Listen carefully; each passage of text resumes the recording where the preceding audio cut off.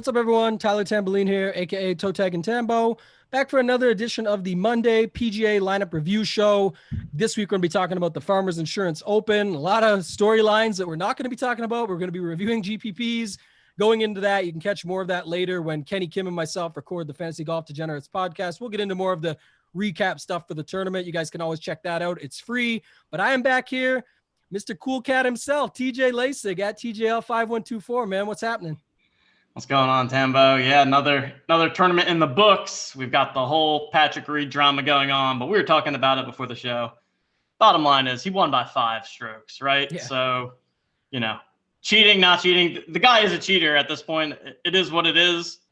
He still played amazing golf this weekend, and we can't take that away from him. Like you said before the show, penalizing 4 strokes, he still wins the tournament. So the guy just has that killer instinct somewhere deep inside of him, and he knows how to get the job done when he's in the hunt. So well done on him. Props to him. He still got the job done. Like you said, while they're dragging his name, they're literally doing a 20. I mean, no props to CBS. That was disgusting. Just, dragging it. Well, we just want to watch golf shots. Even if you want to talk about it, I said, go ahead, throw it up in the corner like you do when you're talking to the CEO of the event, and then let us go on. But like you said, he still got the job done. I'm not condoning cheating. I don't think he's ever going to shake there's nothing he can really do, in my opinion, to shake the label of it. So anything he ever does in question is always going to get blown up, and so be it. He's going to have to deal with that. But at the end of the day, he's also going to have a rack full of trophies, which he brought another one home this week. So good for him. If you guys haven't joined us before, it's not what we're here for. We're going to go through into it, but thought we would bring that up at the top. But it's myself, it's TJ. We're doing the Resultsdb PGA lineup review.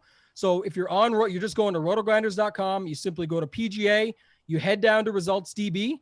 I will note too quickly, guys, if you stick around to the end of the show, we are going to be talking about some preview for this week's pricing as well. Just a first look, overview, glance at it. But yeah, you go to PGA, you go to Resultsdb. You just change the date at the top to Thursday, which is when the tournament started. You can simply click on contests and you'll see them all here. The pitch and putt, which was the $20 buy-in. The stinger was the $100 buy-in. All of these ones, as you go through, were the tournaments you were in or that you wanted to be in or you're wanting to learn more about and what took them down and what some of the strategies and efforts were that it went to take these things down. So we'll get into it here. I've got a few open up. We're going to start, as always, with the big one, the main event, if you will. This was the $20.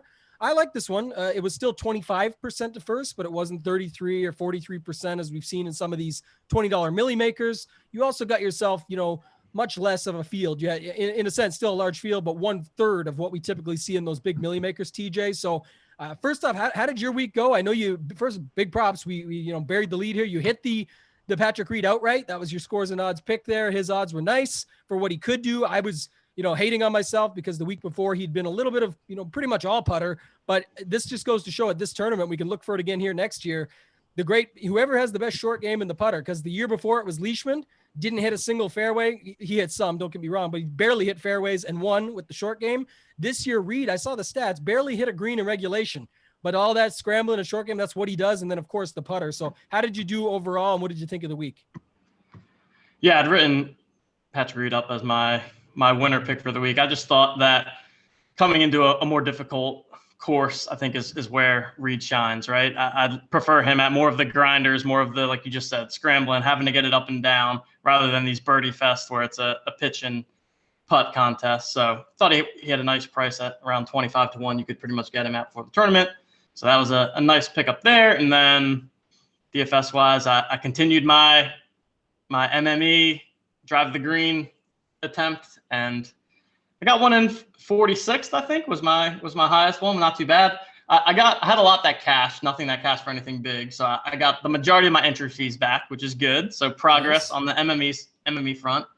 And then my single entry stuff was like cashed in double ups and such, but did not cash in GPP. So pretty much a break even week overall, which I'm typically fine with in PGA. I'm really just looking for those big weekends to hit and feeling pretty good now that we're getting some of these stronger fields. Yeah. Just feels like we're more into the swing of things now. We're picking between a lot of good golfers and not having to really, really stretch super thin.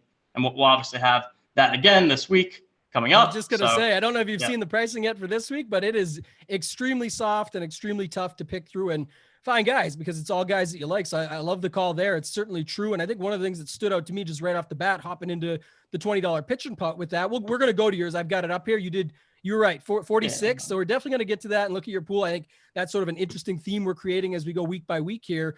Like you said, sort of falling into the swing of things, even though we're only a couple weeks in, really, like few weeks in now, but there's a lot of weeks left here. So a lot of chances to make your big money and hit your first place score.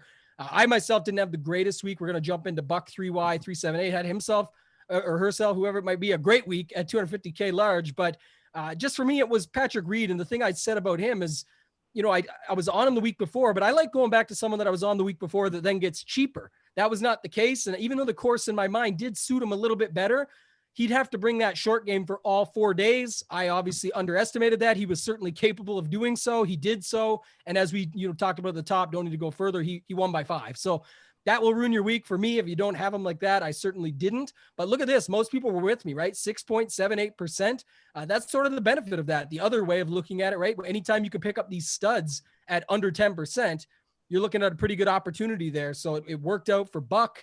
They've got Patrick Reed, Victor Hovland, Will Zalatoris, who, 8,100 seems steep, but got to remember what type of player this guy is, right? He's just a top 10 machine on any tour. It's showing quite a bit now. So, we'll get to his price later for the Waste Management Phoenix Open. Our guy, we talked a lot about Cam Davis. I was on him quite a bit, said under 8K, I'm going to be on him. He just scores, and he has a great looking swing, young, great game, everything going with it. So good to see him. And then some interesting, Molinari just continues on this path of grinding it out and doing his thing. The course certainly suited him from that perspective, just be able to grind, didn't need to put up 25 under or anything crazy here. And then Peter Malnati has been a little bit of a staple sort of into this swing, if you will, as well. So what did you think of this lineup, and what stands out to you at first glance here? Yeah, really nice lineup. Obviously, I think a good balance of getting a lot of good value and also keeping the ownership pretty low. Obviously, Reed, fantastic play at under 7% there. And love some of the young guns here, right? You've got Will Zalatoris, you've got Victor Hovland, Cameron Davis, I would kind of put into that category as well. So I like that, kind of the bet on talent, bet on the long-term abilities or future abilities that we see in a golfer. And yeah, Malnati just kind of keeps finding his way into some of these lineups that we're reviewing, which is interesting. I didn't look too much into exactly how he got it done this weekend. I know that in the past, it seems like he often gets it done with the putter when he ends up going low. Not sure exactly if that was the case or not.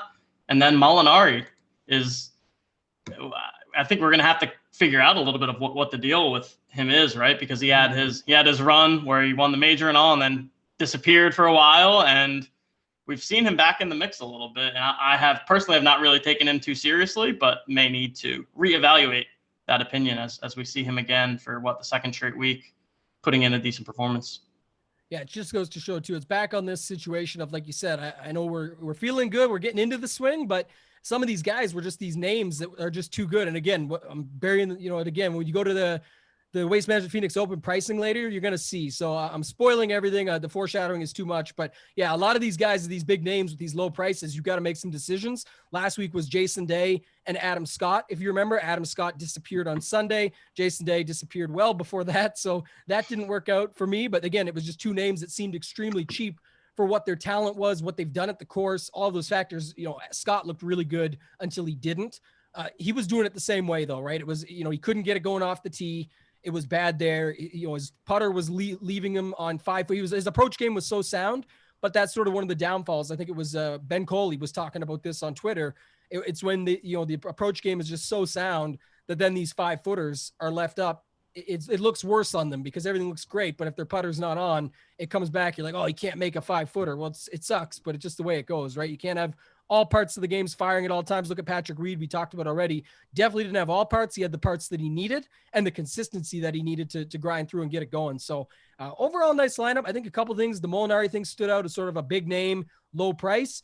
Could have even been a pivot to the young gun there with Cameron Davis. I mean, this guy, Buck, or this person had Buck had both of them in their lineup. But if you look 74, 77.5, Molinari was a great little pivot there at 5% versus the chalk at 17. It worked out getting them both. Malnati at 2%. The other thing that stood out to me was the low ownership. We talked about this a couple shows ago, TJ, where we're oftentimes trying to stay under sort of the 70% realm. I'm not sure if you've experimented with that at all. We'll get to some more stuff with this one in a minute. But have you been looking at total ownership when you're building your pool for the Drive the Green, or you just been letting it go and sort of rolling with your guys? I actually have not been, but maybe I should start to be looking at that more, because I have reviewed my lineups after lock, and definitely there's definitely plenty that spit out fine, but then I do look at some of them and I'm like, oh man, like if I had the option to change this right now due to ownership, I would. So I think it's kind of the next evolution of that I'll add into my MME mix as I'm learning too. And that's kind of the beauty of it, right? Like, yeah, I've been playing daily fantasy for a long time and have done pretty well at it, but this specific aspect of it is new to me. So I'm still learning and I'm going to make mistakes, and I think that's okay. And hopefully everyone realizes that no one's perfect at this, and everyone always has to be evaluating their own individual games, and doing things like this is the perfect way to really get a feel for that, to see what other people are doing, to see what winning lineups and combinations that are getting to the top of the leaderboard. So yeah, I certainly do believe, like anything else in life, the hard work pays off, right? The more you put in, the classic old saying, the harder you work, the luckier you get. People don't always know what's going on behind the scenes, what you're looking into, whether you believe it's good, bad, ugly, whatever. If you're here, I think you're doing the right thing. I think you're looking into it the right way. The funny thing is, I'll go back in a second because I want to continue on with a couple things there, but your lineup, the classic 2020, 16, 15, 3 and 6. And sure enough, it was your best one, but we will dissect that in a minute here. I want to jump back. So Buck did this on 8 entries. So we'll just flip over to the ownership here for a second, click on to Buck. If you guys haven't seen this before, we're just looking simply at what Buck did with their pool, and pretty well, really spaced out. I know it's only 8 lineups, but still, you look, 25% was the max ownership on 4 different guys in Xander, Rahm, Finau, Louis. But what stands out to me is just the name value, right? They just said, look, I'm going to go with, and let's see how deep their pool goes. Not very far, right? A real bottom or basement barrel play in Tyler Stafasi. But I think if you look here, go back up, Xander, Rahm, Finau, Louis, Scott, McIlroy, Rahm, like these are all the names that we know. And then value plays. These are very strong value plays in Davis, Willie Z, Palmer, English, Woodland, some of them not even value plays, back to English down there. But yeah, all names that we know, they all did quite well. The nice part is when your pool does this well, it typically translates into some success. Also, I like this pool because really just focused on guys that can, grind it out, like Louis, right? Scott, McIlroy, Matsuyama, all the guys that we talked, Xander, Rahm. I mean, they're all the guys that we talked about that don't really matter whether it's 20 under or if it's going to be 12 under. Like Louis is a guy, you don't really want him on a 20 or 25 under type course. All the rest sort of can go either way, but they're definitely more of the cream of the crop grinder types, and just avoided the landmine. So any extra thoughts here before we go into someone like Sleazy Greasy, who's a RG member with 150 max entries? Definitely an interesting approach to building the 8 lineups. Like we said, pretty spread out across the board, but really focusing on those long-term form golfers, guys that have done it before and done it at some of these more difficult tracks. And I think that's one of the important things to definitely understand with PGA DFS is I think the birdie fests and the more grinder tracks definitely play very differently, and you need to be targeting a different kind of golfer as a result. So can see that played out in this person's pool, and also I think in the leaderboard at the end of the day, right? Pretty strong. The cream really did rise to the top for the most part when you look at the finishing positions come Sunday. And that tends to happen. The more difficult the course is, the more the better golfers end up there on Sunday. Yeah, I tweeted that out last night, actually. You guys can follow me on Twitter at ToeTagginTambo, and I hit it out that it was almost identical to Muirfield Village, the Memorial. Yeah, not who won it. I mean, that's golf. It can change by a few strokes here and there, but 7 of the 10 in the top 10 here that played at Muirfield Village were the same. Even List and Norlander were the same 2 sort of quote-unquote scrubs that were up there. It was, Rahm, Reed, X, Finau, like all the same dudes that were here were up top over there. So like on a really hard course, that's sort of what this was. And I love what you said there. We're in a world of PGA DFS where we don't really have a lot of correlation. Like we hear people talking about wave stacks that they do, AM, PM, or weather, right? Based on the weather being bad in the afternoon, they can do that. Or south course, north course, I should say, like what we just talked about last week, where hard course first, easy course second, different mentalities of the golfer. So in a world of, very little correlation, I know some guys do bomber lineups and things like that, but this is a way at an event like this where it's, it's a preview for this year's US Open, a major that's going to be played at Torrey Pines. This will be a little bit easier version is what we expected which it kind of was. The rough was up heavily, but it's going to be way worse at the U.S. Open, or you would think. And you just, like you said, you went with the long-term golfers, or it's what you mentioned. That's what this person went with. So I agree with you there, TJ. I think that's a good way of looking at it. I'm going to flip over. So Sleazy Greasy, if you guys flip back and haven't seen this before, RG member, it shows here, 150 lineups, came in second by 0.5. So their second place lineup. Let's look at that first, TJ. Xander, Reed, Scott, Willie Z, List, and Gordon. So a little bit different build. By the way, backing up for just 2 seconds to show just how different it can be. 10, 9, 8, 7, 6. Someone from every range. I know when I looked at yours, skips the 10s, skips the 9s, but brings in the 6 and uses sort of our classic structure of what the winning build typically will look at. But let's go to Sleazy Greasy and just give me your thoughts here on the Sleazy Greasy lineup that came in second for 100K. Yep, you can see they took a little bit more of the stars and scrubs approach by getting 2 of the 10K guys and then going down below. I don't mind that strategy, especially at a course like this where the high-end guys, the finishing position points, I guess, become more critical when there's not as many birdies to go around. So if you have 2 high-end guys that you think are both going to finish at the top and both get you those finishing points, that becomes a lot more valuable. Whereas in the Birdie Fest, maybe having 6 more balanced guys that are all making a ton of birdies becomes more viable. So that's one thing that I would call out. Second thing is just from the ownership breakdown, got 2 of the chalkier guys in X and Adam Scott, Willie Z right in the middle, and then 3 of the lower owned guys. And then I guess the last thing, we see Will Gordon's name here. We haven't seen Henrik Norlander in a lineup here, but we saw that he finished T2. We saw Peter Malnati there.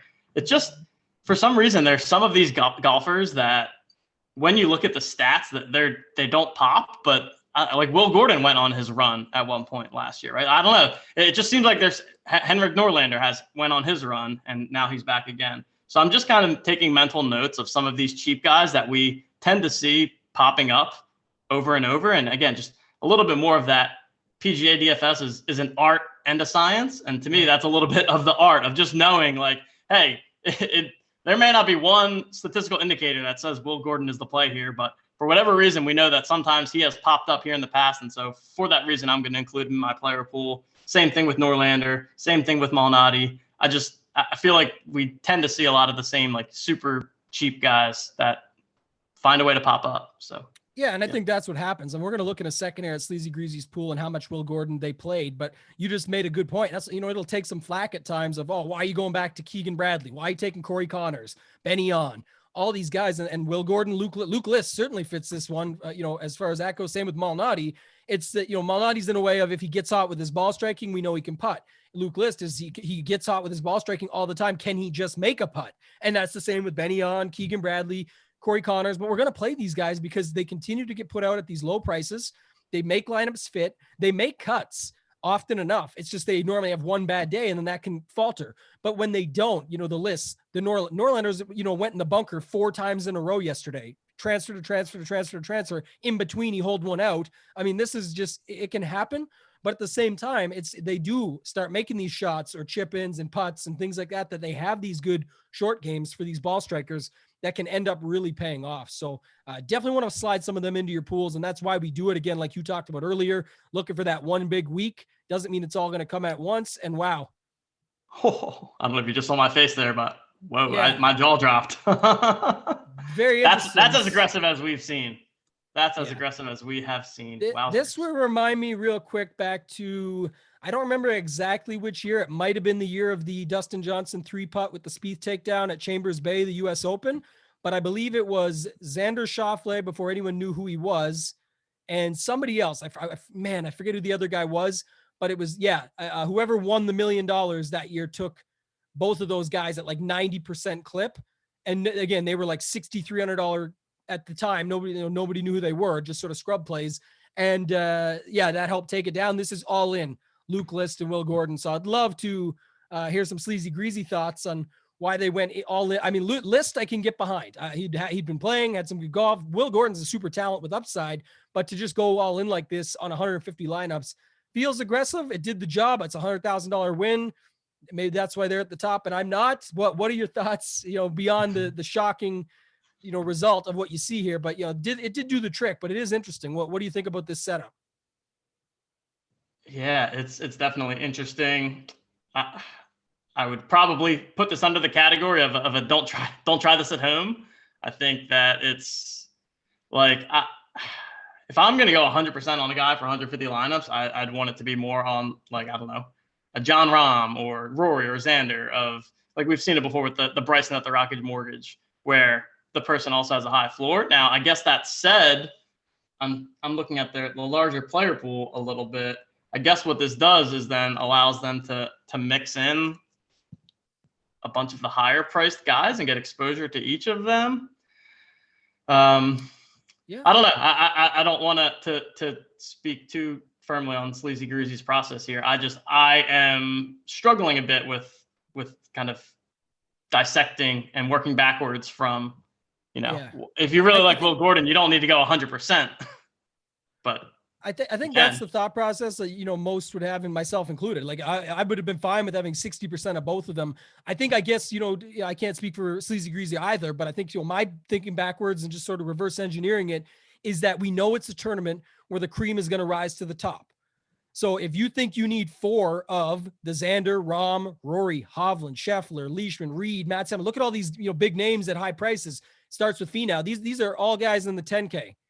Right? All these guys are 10,000. A bunch of these guys are 9,000, 10,000, 9,000, all these guys. And then the 8,000s in some of them here. So I don't hate it. I actually don't. I think that, again, is it aggressive? Yes, but we talked about it plenty on here. And even today of you're either in or you're out, you win or you lose. You may as well lose big, but if you hit, you can win big. Sure enough, they did for $100,000 and they were 0.5. So disappointing. You know what I mean? I've been there where you win a second place prize and the first is just so much more. And I've had it vice versa. It's the worst feeling. You win 10,000 when first is 50, or 100 when first is 250. Everyone say, well, they still won 100 grand. Yeah, they did. But when you took this, aggressive of a stance, really, it's a good theory. If List and Gordon do anything, you've got the cream of the crop in all those lineups. So, which ended up happening, as we saw. Look at that leaderboard. Sure enough, they got List right. That was enough to vault. If Gordon had got one more point, and I'm sure everyone could say that for everything, but yeah, I just mean if that was the case. And then I think it's kind of interesting from a sweat perspective. You know what I mean? You can pack up on Friday if it's over because it's done. 100% of your lineups are dead. Move on to the showdown slates. Yeah, that's to each their own. I know it's a lot of money to risk, but obviously they've built up their bankroll to this point to be able to execute this. I think I can't really hate on it. I think that like you said, the natural thought would be, and even for myself, why do you need so much of both? I think that's the interesting part for me. Is could you still have built 75% of your lineups this way and then use the other 25% in a different manner, whether you wanted it to be wave stacks, course stacks with the rotations, more balanced builds versus this is pretty much all stars and scrubs. I'm just saying, I think at 75% on both, you still would have had enough of what you were trying to accomplish here. Not saying one would have got to the top. I'm just saying, what if you did have the one List lineup that didn't have Gordon? Let's go down here for a second. Ryan Palmer, Will Zalatoris. I don't see a lot though, man. Justin Suh might have been enough. JT Poston, maybe you got a few more of those lineups in there with 88, where you would add a List Poston lineup without Will Gordon. I'm just thinking it out loud here. I don't hate it though. I think that's sort of the reverse engineer thought process of it. Is if the cream's going to rise to the top, don't be worried about getting a couple scrubs in there. And I don't hate it too because it's the preview for the U.S. Open. It's not the U.S. Open. I do caution about this. I talk a lot about this during the U.S. Open each season over the last few years doing content for PGA, is the U.S. Open. So many people want to fit Brooks Koepka in when he's 11,000, but they just deteriorate their lineup the minute they put him into their build because there's a bunch of amateurs at the bottom that just snuck in or got in from their local course and all these different factors where it's not really the best names below 6,000. And when you sacrifice and go to a stars and scrubs, even if Brooks comes top 3, as we saw a couple of years ago with Gary Woodland winning the thing, you can still get there without Brooks Koepka. It's one of those interesting positions because a lot of these balance names, the Louis Oosthuizens, the Adam Scotts, these different guys that can sort of slide in 2nd, 3rd, 4th, 5th, 6th, 7th, 8th, 10th place, 9th, etc. They can still fit into your balanced build. So the U.S. Open, I do condone more balanced builds. Here, Sleazy Greasy still had guys like Luke List and Will Gordon and these upper echelon PGA tier talents that were in the bottom, and the course was playing slightly easier. So we'll move on from this to the next tournament. TJ, any final thoughts before we go to your pool? I think it just goes to show that there are so many ways that you can build 150 lineups. And I think that was a little bit of a new one that we hadn't quite seen before. So I think that's interesting, and it's important to look at people that are putting together builds like that and try to do what we just did and deconstruct the thought process of, okay, why would this person go about this way? And I think you did a nice job of talking it through there, and it makes sense and certainly paid off in a big way this weekend. Yeah, that's what I think too, right? Like, I'm not saying I'm sharpest at it. I just think, when I can reverse engineer it, think of it that way, to me, that actually is kind of sharp, right? The way, like, how I talk through it, I think that was a super sharp play by Sleazy Greasy to be able to build that way. I'm not sure if that was their thought process, but that's how I can make it make sense in my mind. So I'll roll with that for now for the show, but I'm definitely going to look more into that. I think that was an interesting way of attacking it. And I think you could see that at more tougher courses where the bottom of the tier is still having guys that are of a PGA tier talent versus something like a US Open where it's a lot of qualifiers and amateurs that get in. So moving on, I'm going over to the $5 drive the green. Not going to spend too much time because you'll see a lot of the same. Your boy Doug Gim got back into the mix. Shout out to the RG member, C. Klein 0201. I'll dissect this one quick because I want to, in the spirit of time, get to your stuff. You're going to talk a lot about that in a minute, but you got Reed. So 10, 9, 8, 7, 6, sort of the same build we saw over in the other one. Ownership wise, very similar. Nobody over 20, 3 under 10. That was the same in the other tournament in the $20. And then just, once you get on Reed here, Reed was actually a little bit higher owned in the $5 than the $20. Doesn't mean it's right, wrong, indifferent. I just think it means that, more people were on to Reed here. And then you've got Reed, Palmer, Zalatoris. The thing about this one is it's guys that have been playing golf, right? These are all guys that have been out there. List and Gim were sort of doing their thing. They'd been on our radar already. Willie Z is that talent that we're going to talk about more when we get to the Waste Management Phoenix Open. Palmer, we knew. Reed, Hovland, all these guys at this type of course can certainly grind it out and do their thing. And sure enough, here they did. So 562.5 to 558, was it? Yeah, 558 over here for Buck.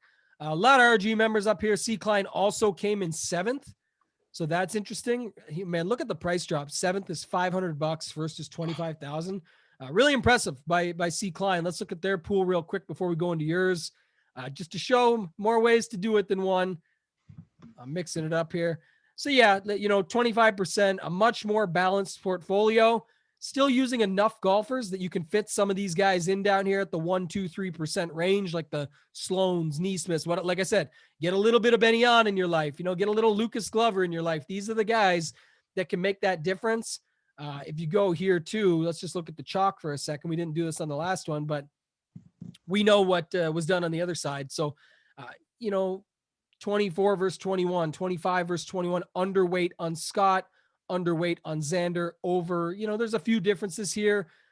Any thoughts on this, TJ? I mean, it's a lot of great golfers in their pool up at the top, and even the pivots, the value plays, if you will, that they took were like Willie Z, Burns, Connors, Gooch, big names from Rahm down to Xander, realistically. Yeah, this looks like the classic, more balanced approach in terms of spreading your ownership out throughout the player pool, getting slightly overweight on all of the people that you like without going too heavy on any of them. So we've definitely seen this approach work in the past, and I think they hit a lot of good plays here. And my guy Doug Gim finding his way into the winner. I heard you and the Luch giving him a tough time on Wednesday. I thought that was funny. I was going to tweet at you guys and give you guys a hard time. But I said, I gave all your guys props except him. I said, he's the one I can't really get behind. And then sure enough, he does his job, man. He did his job for 7,500. So good, or 7,200, sorry, about 5%, but good on him. I want to see here real quick before we get to yours. So C. Klein, and we can do it this way as well. Actually, this is another good way to do it. First, 7th, 11th, and 34th. A bunch of other good finishes, but this is huge, right? So if you look at this, it's pretty cool that he was able to get all of these toward the top without. Usually, when we see people that have multiple at the top, it's when they go with that aggressive, like, oh, there were two guys that were 40 to 60%. On. Yeah, exactly. So it's interesting. That's pretty impressive to do that with the more balanced approach.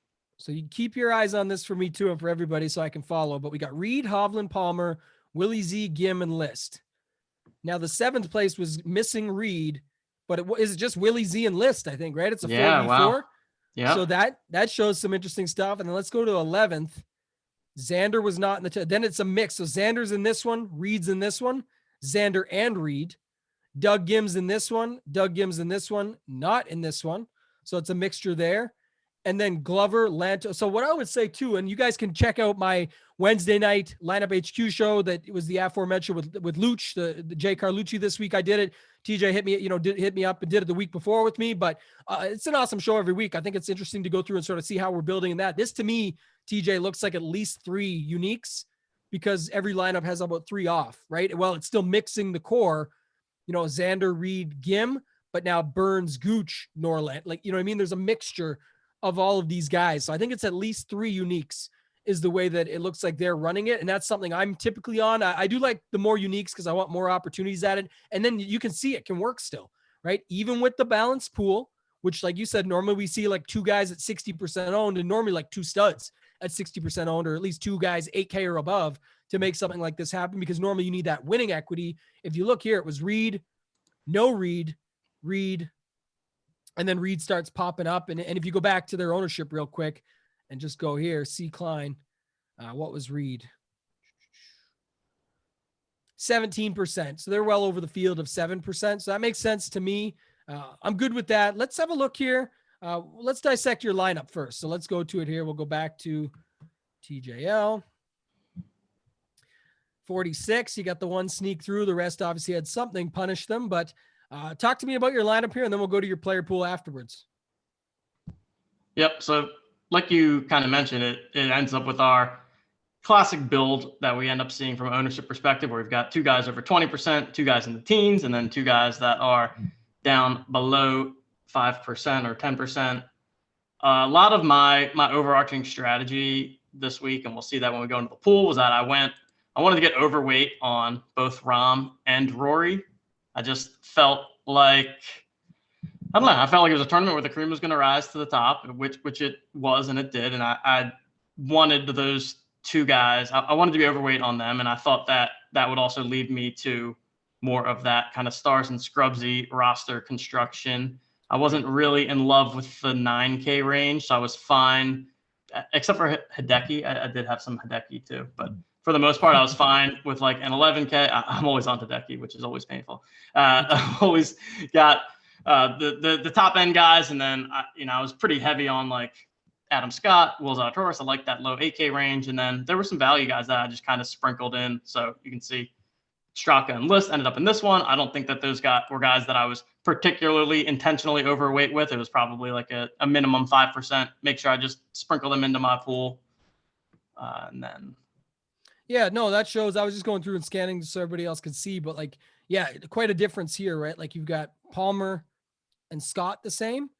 Kokrak, Gooch, Ortiz are all different, as well as Xander up top. Hovland, Matsuyama. So Palmer and Scott, I'm guessing we'll see when we get there. Palmer and Scott. Of course, they're going to show up because they also did well. I'm just saying we got to see what that looks like. It looks like Scott was in every one so far. Matsuyama definitely was a baron to everything here. He's sort of same for me. He screwed me on a bunch of different stuff, but just looking at it, most of your lineups are shaking out pretty similar to the ownership perspective percentages of what we are typically looking at. So again, if you're not creating that, that's still good. Just it can sometimes be natural from some of the picks that you make. We'll look at your pool in a second, but I thought it was interesting just going back to C. Klein for 2 seconds on the ownership. You had mentioned Rahm and Rory was their 2 highest owners. So the winner had the same idea. The cream's going to rise to the top. It's going to be one of these R's. They picked the wrong R. Rahm, Rory. Well, it was Reed. So those are the guys that often show up. They show up at different, think about the Masters. That's another place that sort of rang in my mind. If you have Rahm, Rory, Finau, Scott, all these guys at the top, and then Reed, of course. So that's another spot that stood out where, again, you need it's faster greens. The around the green game helps. The nice putter. You can make some mistakes. You can miss some fairways. You can miss some greens there. And then it comes down to who sort of brings that. So I thought that was kind of interesting. And we'll just go to your pool quick here. And that's probably going to be it for today. I think we'll, after this, we're going to preview some pricing. Don't want to spend too long on it. I want to show you guys some of this stuff. And I do like that we can bring that aspect into it, but just make sure I got it here, TJ. Yeah, go ahead, man. This is, yes, sir. Is this Yep, it? this is me. Okay, yeah, this is me. Save it. I'll Yeah, be we're quick. good. Go ahead. Yeah. Yep. So the first thing I did, like I said, I wanted to be high on Rahm and Rory, and then also Hideki. So I had the 3 of those guys plugged in at like a minimum, I I think I put min 40. So you see they came out at 38 at the end of the day, which I was fine with. And then from there, I didn't want anyone else really above 25%. I wanted to sort of spread exposure out. From that point, John Hull was one of my favorite value plays. So I was fine getting overweight on him. We talked about Adam Scott, wanted to be slightly overweight on him. And then just mixing in a variety of different value plays from there. My player pool's probably still a little bit on the small side. I'm trying to get comfortable expanding it a bit, but I've really learned a lot from watching those Wednesday night shows. So anyone that I know I participate in them sometimes as well, but I also watch them every Wednesday as well. And I feel like I pick up like now that I'm actually doing it myself, I pick up a little different tidbit every time, but generally just starting through my process of, okay, the first thing I want to do is plug in the Rahm, Rory, Matsuyama. I'm going to cap everybody else at 25%. I'm going to run it and see what happens. And then from there, I'm just iterating on, okay, well, these are the guys that I'm, if Sepp Straka comes in at way over owned and I'm like, okay, I'm not comfortable with that. Let me put him down to, 10 or 15%, things like that. And just continuing to review not over the overall player pool, but then also scrolling through the lineups, looking at them, making sure that there's not any ones that are just clearly overly chalky, which I didn't think was going to happen with that start. I think usually when you get in the risk of a lineup being overall too chalky, it's usually more of the balanced builds, I would say. Because if you've got a bunch of like the 8K guys, it's more likely that they're all going to be 15% plus. Anytime you're bringing in the low 7s or 6K guys, you're pretty much going to be unique. So yeah, that I think was the general thesis. I had very, very small amount of Reed. Obviously, when you're jamming Rahm and Rory, it's hard to also get Reed into the mix there. And so I had the outright spot on him. So I kind of liked, that was my position on Reed. Obviously wish I would have played more in DFS, but yeah, I'd say those are some of my general thoughts. I love it, man. I think it's good. And it's like you said, picking up some things, just putting them together. I think it's funny, at the bottom, Reed, Straka, and Hovland were your three lowest owned, but I believe they were all in that lineup, weren't they? I don't think Hovland was, but no, Hovland wasn't. But Reed and Straka definitely were.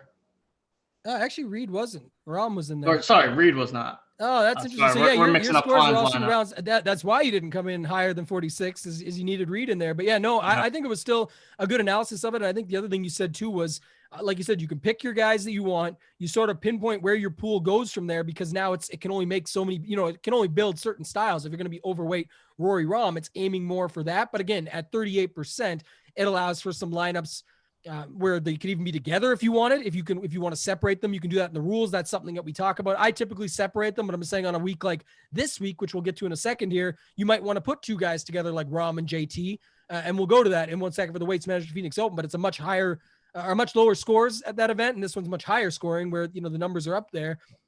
So there's room for that. And then the other thing, like you said too, I looked at it. It's like 38 or 40 guys. Like it was less than 40, I think, in your pool overall, which is a nice number, especially for a course like this. Again, a tougher course. That's one thing I will say, something I've been trying to get better at. And we have talked on some of the Wednesday shows. I joke all the time with STL Cards because he always builds a super tiny pool, but which is good. And he's got it figured out. But I think that it depends too on the event, but at the harder courses, it's only so many that can sort of get there and tear it up anyway and do their thing enough to go all 4 rounds and make it happen. That I actually like what you did using less than 40. I think that's a good number. And like you said, you'll adapt and keep it going as you go on. Just real quick, shout out to Char19. I see him around all the time. Great player. Won himself 100K in the 555 this week on just 3 lineups. So talk about that all the time. Obviously everyone's there. Justin McMahon, we see this guy around often. JK123, one of the best. Chaos, all these guys. Flavor Flav, best in the world. Dirty Chic, my guy. This guy's a cool guy too. Met him last year at the Honda Open. So there are a lot of guys just to shout out. Great job, Char19, awesome in first with 100,000. Lineups are just so similar. There's no need to keep going through them. Just want to shout these guys out. So many Rotogrinders members. I want to talk about this one next week, TJ. So remind me if I forget. I want to bring the $200 single entry in, because I think this is a huge prize. The 30,000, just my thoughts are when you go back to the $5 this is going to cost you a bunch to single. It's $750 to max out. So let's say you're saying, well, I would have never maxed it out anyway. I'd only put like 20 lineups. Well, you're getting close enough. You're going to put 40 lineups and you can just buy a ticket into this. It's a better first prize. It's a much smaller field. It can help you practice at that. Again, if you don't have the bankroll, there's lots of smaller single entries that you'll be able to apply the things we're talking about to this as well anyway. I just thought I'd bring it up. So again, shout out to some of these guys. Madtown takes it down. Daddy 34, awesome guy. Chaos M83, we see him again.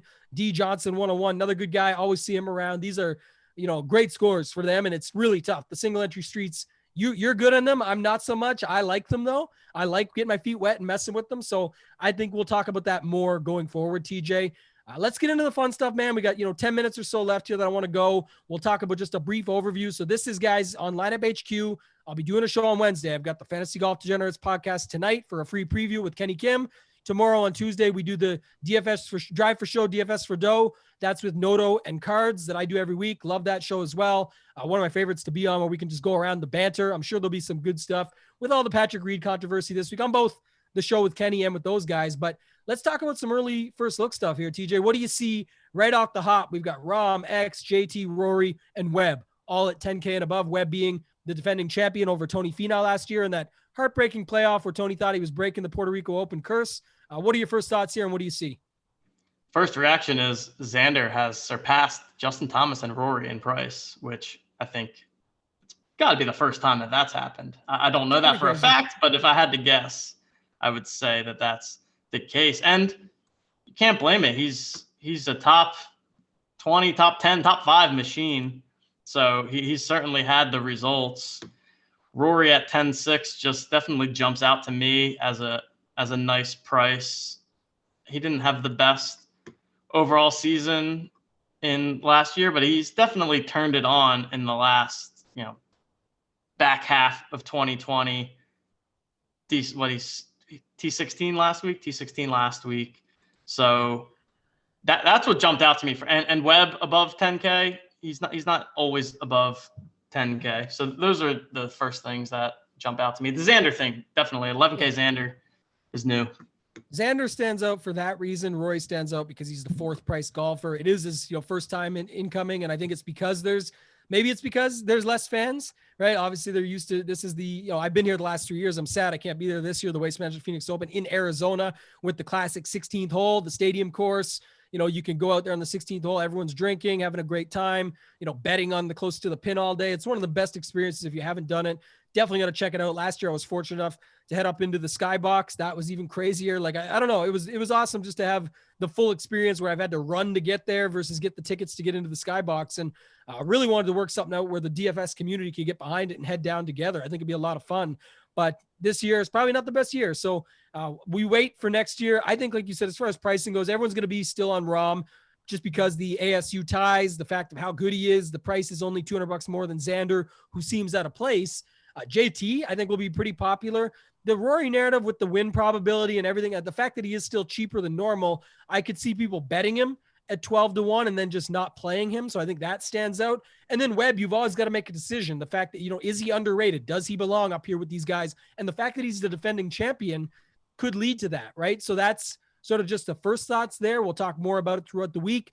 Take me into this 9K range, the classic Best Buy pricing on Hideki, just to suck us back in. He stays under 10K. Start with him and then head down from there for me, TJ. Yeah, I think 9.8 will probably sucker me back in for Hideki. They always price him at the perfect point where it's like, well, I have to play Hideki now. What if? And by the way, his course history here is impeccable. Yeah. And then on Thursday, you're like watching him miss 5 footers. You're like, man, all right, I knew that was coming. Deep breath, long weekend. It makes it fun, though. I think I will definitely, and I think you alluded to it earlier in the show, but 9K, Will Zalatoris. And I have a feeling that maybe we're going to look back at last week where, what was he, 8,100? And we this guy might just be so good that we never see that again. And he could just continue to climb those pricing ranks and maybe just be a 9K plus and eventually get into the 10K range. He just seems like the real deal. Obviously tore it up on the Korn Ferry Tour and has pretty much, I think he had one mediocre bad tournament on the PGA Tour, but for the most part, he's been having good results there. So I'll have to do some thinking on whether or not that price feels like too much. But kind of Zalatoris and Scheffler, I think at the bottom there, definitely interest me a bit at first glance. Yeah, I was kicking myself last week. I know how good the kid is. It's just like I said, when he gets up to these prices, and now here he gets skyrocketed again. It's like, what am I doing playing this guy at 9K? You've got the rookie of the year, Scheffler, right there, and I'm burying the lead here. Wait till you see who's underneath him. Brooks Koepka, Wolf, Oh, wow. course history beast, Ricky Fowler, Bubba Watson, all these guys. Gary Woodland, winner here a couple of years ago. Billy Horschel, hates the fans here, but always seems to play well. And guess what? There's less fans. So I guess that's where the struggle comes in. But then to your point is you got to remember how good this kid is, how good Scotty Scheffler is, how good Sungjae Im is. And I could go on and on, this, but then it's just so many names in there of, okay, don't forget about Daniel Berger. Like, this guy just tears it up in everything, majors, big events, WGCs, etc. Hideki can show up at any given moment, has the course history. English has been on a tear. Kenny and I literally named the title of our pod a few weeks ago, is Harris English the new Webb Simpson? Well, if he is, that's the winner of this tournament this year, because Webb took it down last year. So you've got that situation. Palmer, this is a narrative, but it's never ended yet. Didn't he play good again last week? Yeah. Guess who else did? John Rahm. Anywhere they've been together since the Zurich Classic win, they have played incredible, both of them. And now Rahm is the favorite here and likely the highest owned in this upper range. So that's interesting. So it's going to be very tough. I love weeks like this because you can just sort of go all over. I really don't think any chalk is necessarily good chalk. It's hard to argue that when you've got this many guys and this many names. It makes it a lot tougher to argue it because everybody is so close and there's an argument for everyone the other way. And we all know it's golf, right? Anything can happen. So on the flip side of that, we're going to get to this guy here in 1 second, Ricky Fowler, 8.6K. It was just a couple years ago where he got lucky that he put up, I think it was like 66, 65, 66 or something, that allowed him to put up a 74 or 75 on Sunday and still win this thing. But he was like 43% owned in the 444 that week. Even in the big, large field stuff, he was 30%, 33%. And that's just one of those spots where you just had to have him, whether you liked it or not. He put up so many points those first 3 days and then getting the win in the end, regardless of his Sunday results. So there's, a flip side to every story, and that's the one I've got here. What do you think, or what stands out to you right away in this 8K range besides all these big names? Don't forget, at the bottom, Henley, Siwoo, all these guys. What are your thoughts in this 8K range, and who stands out? Such an interesting range because it's some of the bigger names and all at lower prices, but all are in pretty tough recent form. Matthew Wolff has been really struggling so far this season. Gary Woodland, he came in pretty. I saw him popping in ownership projections last week, and he came in pretty high owned. I didn't really understand. I actually full faded him in my MMA because I didn't really see the signal for Gary being back. I understand that he had a decent showing at the Amex, but again, last week he lost 4.4 strokes off the tee. So I'm not really seeing the Woodland turnaround yet. Personally, my gut is that I could see myself avoiding this 8K range, almost similar to what I did this past week, and focusing on the top end, and then maybe some of those 9K guys being underweight on this 8K range. Kind of, hey guys, show me that you're back. Ricky Fowler, Brooks Koepka, show me that you can do it again, and then maybe I'll go back to the well. But that's my first instinct with this range. I don't know what you're thinking.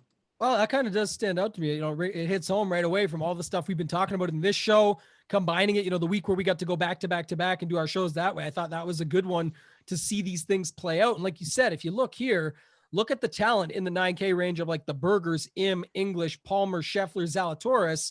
And then you go down and you could poke holes in anybody, but Louis O, we just talked about at these scoring courses, maybe not so much, but he'll be the unique one in here. I think everyone's going to be on Brooks, Ricky, Bubba, Woodland. These guys all stand out. And again, maybe for good reason for the name value, but like you said, if I play guys from this range, I don't hate going to like Billy Horschel, who without the fans, I could go back to him. I think he's great. Henley, just been playing some incredible golf. Harman has actually been doing some stuff too. You've been on him as a value play. Notorious has been on him. I'll wait and see what Noto says tomorrow night.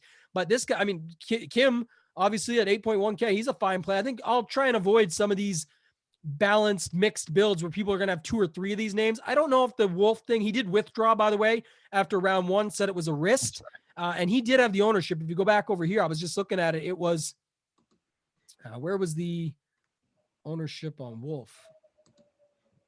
12.25 in this, and then Woodland, the aforementioned Woodland was 15.67, just looking back at some of those guys. So yeah, if people want to go back to them, they can. I'm not sure what I'll do just yet, but I think that's something we'll talk about throughout the week. I just think, like you said, it is interestingly enough where you can take some of these guys to the top. I like Rom, I like JT, I like Webb, and then I obviously always like Decky, but Berger, English, Scheffler, Zalta, these guys do stand out to me. So it's going to be tough to play all these 8K guys, and maybe I'll just pick and choose a couple in there and even get some builds where I completely overlook that range as a whole, because I think with that much, name value, if you will, in that range, people are going to go there a lot more. And then they can still fit in a lot of these guys they want, right? We talk about this all the time where we do a brief preview. I don't want to spend more than a couple more minutes here, but just to show Brooks, Wolf.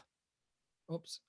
Let's do lineup preview. It'll pop up. This is what I do on Wednesday too, guys, if you guys haven't seen it, but just sort of look at some stuff here. Yeah, as I thought, right there at 7,900, and we were about to go there, so it's a good segue. Homa, Connors, Ortiz, Jason Day, Kuchar, Burns, like every name is a good name. I could see a lot of builds looking like this. We'll talk about it on Wednesday. If it doesn't come out this way, then damn, these are some pretty nice lineups that you can get built there. And if everyone's wanting to go Rom, Rory, Xander, JT, then yeah, this will be the thing to look at, but it's too hard to tell right now. It's so early in the week, but you can see how soft the pricing is. We won't go too deep in this stuff here, TJ, but 7.9K range or general thoughts that go with roster construction. Anything that stand out there? 7.8K for Jason Day definitely stood out to me. I know I think he was 8.6 last week and missed the cut, but I can almost guarantee that I'll be going back there in tournaments at least. Yep. At that price, and it'll be interesting to see if he picks up steam and ownership. That just feels like that classic play, right? Where on next Monday we're reviewing lineups, and it's like, oh, of course, Jason Day, 7.8K. Like that's just long-term golfer. 7.8K. Yeah. Right. So that definitely is the first thing that stood out to me.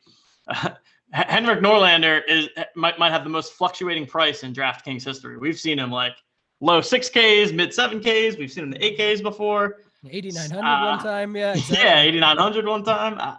7.5 feels like maybe a bit much. Just again, gut reaction. Sam Burns, I usually like. Cameron Champ's been struggling, but always has that upside.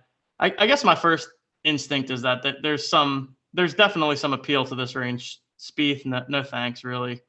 Chris Kirk, I tried that experiment last week with Spieth, and he actually looked really good on round one. Round two, he comes out with, I think it was the early eagle. I can't remember exactly what happened, and they just blew up and ended up missing the cut. So he's not back yet. We'll say that. This is the range I really like at the top, though. It's Homa, Connors, Ortiz, Day. Sort of these guys all fit in. Ortiz literally Sunday was in the final group. He wasn't likely to take that thing down. I talked about it on the Sunday round 4 show. I didn't get everything right, but that was one of the things where I just said, look, I could see him going in a lot of people's lineups as the classic spot, but you got to remember the spotlight where we normally like Ortiz is a scoring track. I think he'll still get the ownership here, but maybe Jason Day with the name value and everyone always wanting to, we look at Will Fuller is the joke of the NFL, right? Where everyone sort of went back to him for 5 weeks, 2 seasons ago, and week 5, he blows up for 56 points and he still had the ownership even after 4 duds. That's kind of what you see in DFS in general now. With Jason Day, I can imagine people will go back and take their chances just based on the name alone. So there's that. And then I'd be less likely, I'd rather take a shot on like a Champ or a Gooch Burns in this range than Norlander and see all these, saves with the putter and the short game. And now at a track that's not as difficult, right? So I do struggle with that a bit. Then you got to, man, we're not going to go too much further. You got to, pick and choose your guys here. Todd, Steele, Sabatini, Benny Am, we talked about, Russell Knox, John Hun, List back to the well. Munoz seems pretty cheap. Adam Long seems pretty cheap. Your guy Sepp Straka. These rookies of the year are all priced down, right? Like, Im, Scheffler, Wise, all those guys sort of priced down. You see them. And then 6K range is just a mashup of names, but like Joel Damon, Kevin Streelman, Matt Jones. We reviewed a couple weeks ago. He was everywhere. HV3, I think garners some love. He seems pretty cheap at 6.7K, but it's about all I got for this week. TJ, anything else you want to add before we get out of here? Nope. I'll be diving deeper into these value play guys coming up with the value play article sometime tomorrow. You guys can follow me on Twitter at TJL5124DFS. And yeah, I think that's all I've got for today. I'll give my week 3 into the MME streets this week, and we'll see next Monday if I could beat my 46th place finish and continue climbing up those leaderboards.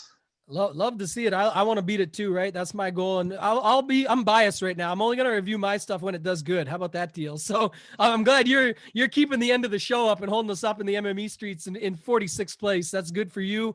Good for us that we have something to talk about. Definitely check TJ out on Twitter, guys. Doing a lot of cool stuff right now. Follow along too. He's doing some stuff with Justin Herzig for the NBA Top Shot stuff.